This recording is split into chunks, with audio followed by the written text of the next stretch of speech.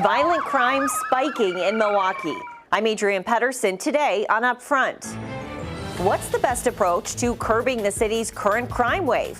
We'll hear two views from two probable mayoral candidates, Common Council President Cavalier Johnson and Alderwoman Marina Dmitrievich. Plus, still to this day, I still try to fight for my mom's case to get solved, but I don't know if that's a possibility. missing and murdered Indigenous women. What's being done to highlight these cases? And the Speaker's election investigation. Is anyone not complying or not cooperating at this point? Good question. Matt Smith's new interview with Special Counsel Mike Gableman, where he plans to take the investigation next. Taking on the issues important to Wisconsin. This is Upfront with your host, Adrienne Pedersen. Hello and thank you for joining us. Milwaukee is seeing a surge in violence unprecedented in the city's history. The police chief blames a dangerous mix of what he calls poor conflict resolution and easy access to guns. Arguments, once settled with words or fists, are now ending at the barrel of a gun. The city is proposing to use $6 million of American Rescue Plan Act money to hire 195 police officers. Governor Evers last week announced an additional $45 million also from federal COVID funds for violence prevention and crime victim services. We're hearing two views on this today. We're talking with Cavalier Johnson, president of the Common Council, and Milwaukee Alderwoman Marina Dmitrievich. So thank you both for joining us. And I think, let's just start with the fact that we can all agree that there is a problem with violent crime in the city of Milwaukee. Really, this is happening across the country as well. And we'll get to possible solutions in a minute. But I first just want to put in perspective how bad this issue is and compare it to the past so people can get a handle on this. So Alderwoman Dmitrievich, let's start with you. How bad is crime right now in Milwaukee? Yes, hello. We are in a very bad situation. Many urban cities across the country. The pandemic has seemed to make things even worse. And we certainly need to have reduction in violence. And we want people to feel safe in every part of the city. President Johnson, what will happen if we don't get the crime under control? I guess, how serious is this? It's very serious, Adrienne, quite frankly. And if we don't get the crime under control in Milwaukee, we'll continue seeing trends like we've been seeing, not just last year, but including in this year, where some of the crime in this city is starting to outpace the record numbers that we saw last year. We'll see more people who are injured, more people who are hurt. Some of them fatally, including children. We'll see more reckless driving on our streets. We'll see more people being made to feel like they're prisoners in their own neighborhoods. And we'll see more issues where people resolve issues, arguments with violence as opposed to things like prevention. So we really desperately need to get a grapple on crime in Milwaukee. I think it's easy to talk about crime. It's tough to talk about the solutions and what's going to fix it. So the city of Milwaukee could use potentially $6 million in federal COVID relief money to hire 200 new police officers next year.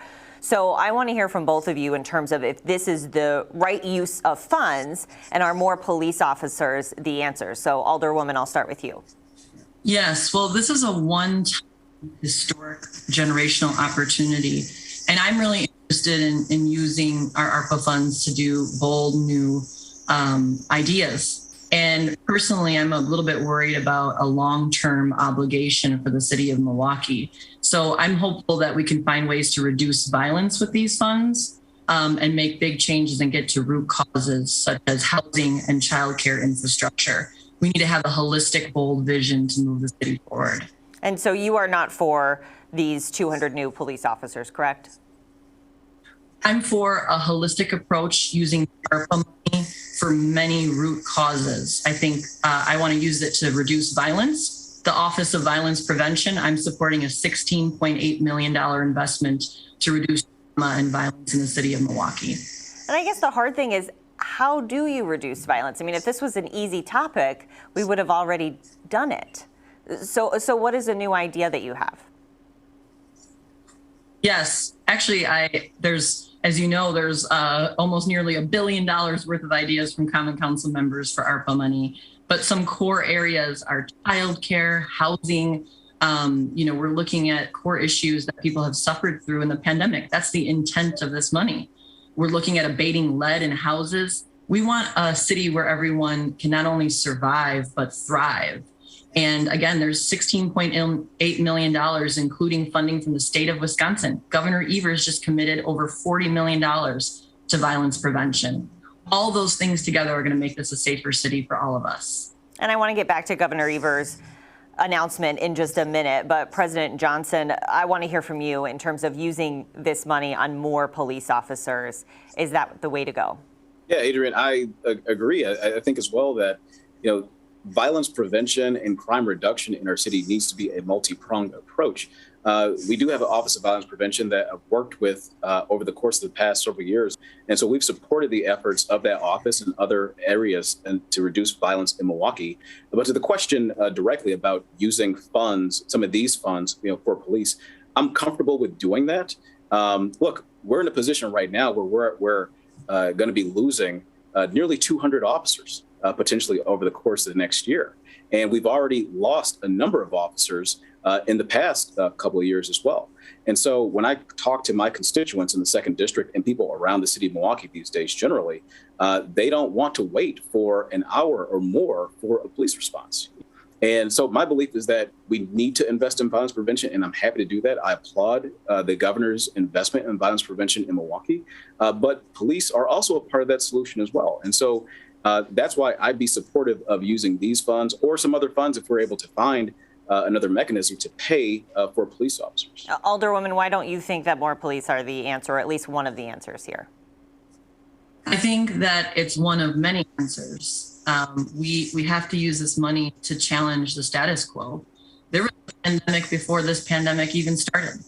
Our city's divided. There's a different quality of life, as the president outlined, and it's a core issue. We have to look at everything holistically to prevent that violence and promote safety.